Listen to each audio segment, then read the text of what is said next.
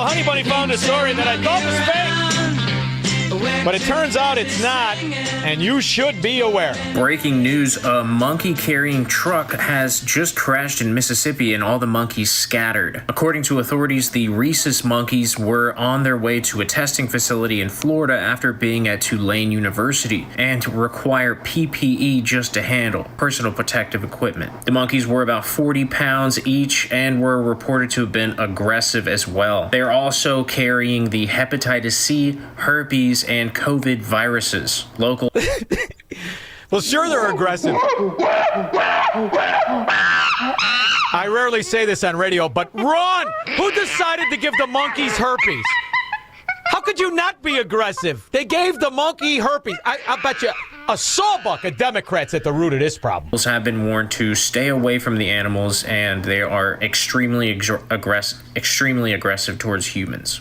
Sure they are, because humans gave them herpes, you filthy animals. Where's Peter Gabriel? That was the whole thing that started it with the Shock the Monkey. Craig, I'm on Greenwood. Hey, Sean, thanks a lot for taking my call because, all this talk about what's going on with these people and everything like that, there wasn't a single damn judge, not Republican or Democrat, that came to the rescue or made a peep when all those American conservatives and just moms and dads, it was a simple protest, no big deal, and they were shooting them at rubber bullets.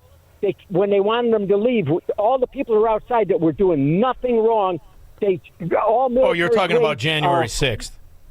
Yeah, all military grade, that stuff that burns your eyes and all that stuff like that, tear gas, shot them all. Well, that was the Pelosi plot and the Democrat cherry on the screw everybody Sunday when they stole the election. And there was one more thing. They didn't have any due process. They locked them all up, threw away the key. They were drinking rusty water, couldn't see their...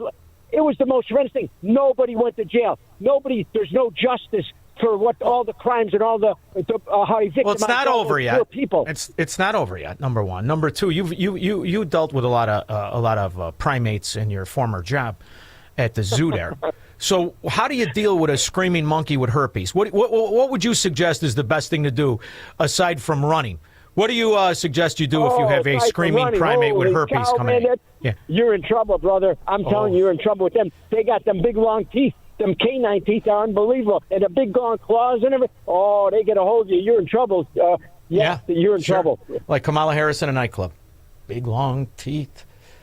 And not afraid. I still love this guy. He's a rogue, all right. Notorious for his flamboyant lifestyle. Flashy clothes, fancy parties, fine women.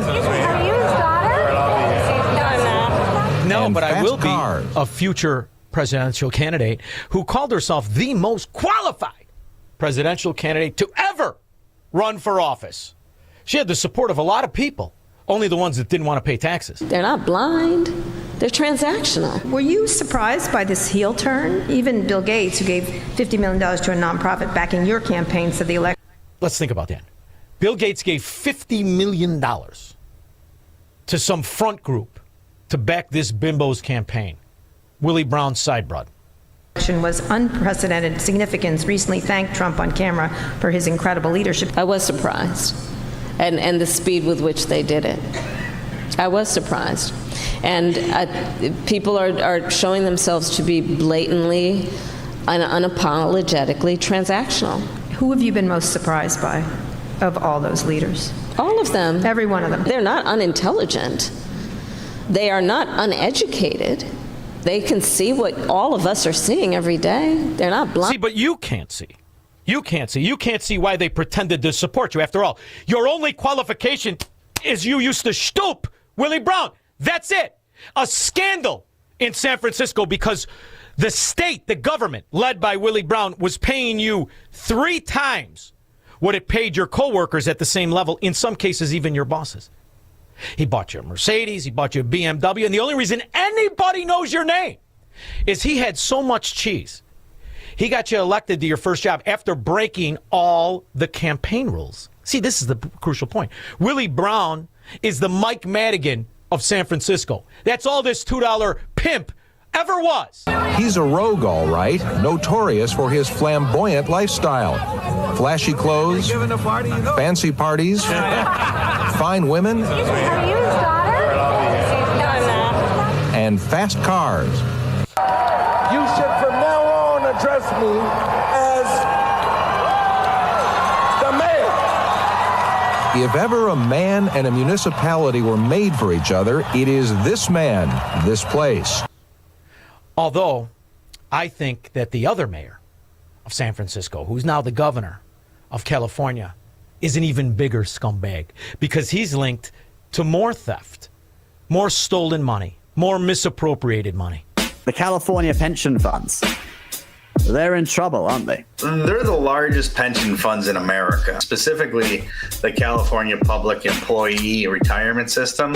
They hold $459 billion in their pension fund. They're getting kind of attacked from the climate activists of the world, telling them that they have to remove their money from fossil fuels. So they have to divest away from fossil fuels. In the early 2000s, they were lobbied, and the tobacco companies, they were told to divest away from tobacco. As of today, if that investment would have been kept, they would have been $4.3 billion more.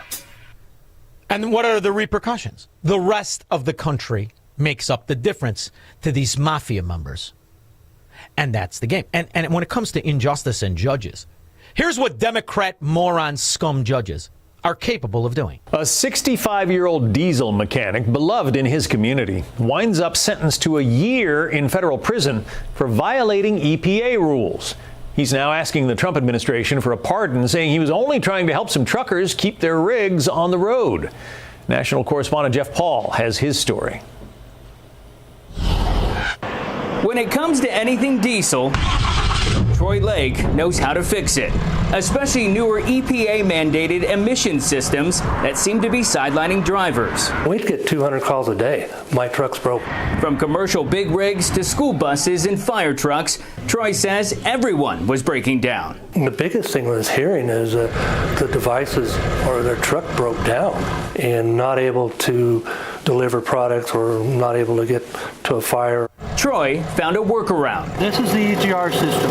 This is one of the things we were turning off. He tapped into the engine's computer, disabling some of the federally mandated emission systems. I didn't want to be Robin Hood. I just felt that it was wrong as far as what the government was doing to... By the way, not federally, state. That's why the reporter said it that way. To not understand, this was in California. And that 60-something-year-old mechanic was sentenced to over a year in prison. That's what the Democrats are capable of, aside from killing their own babies.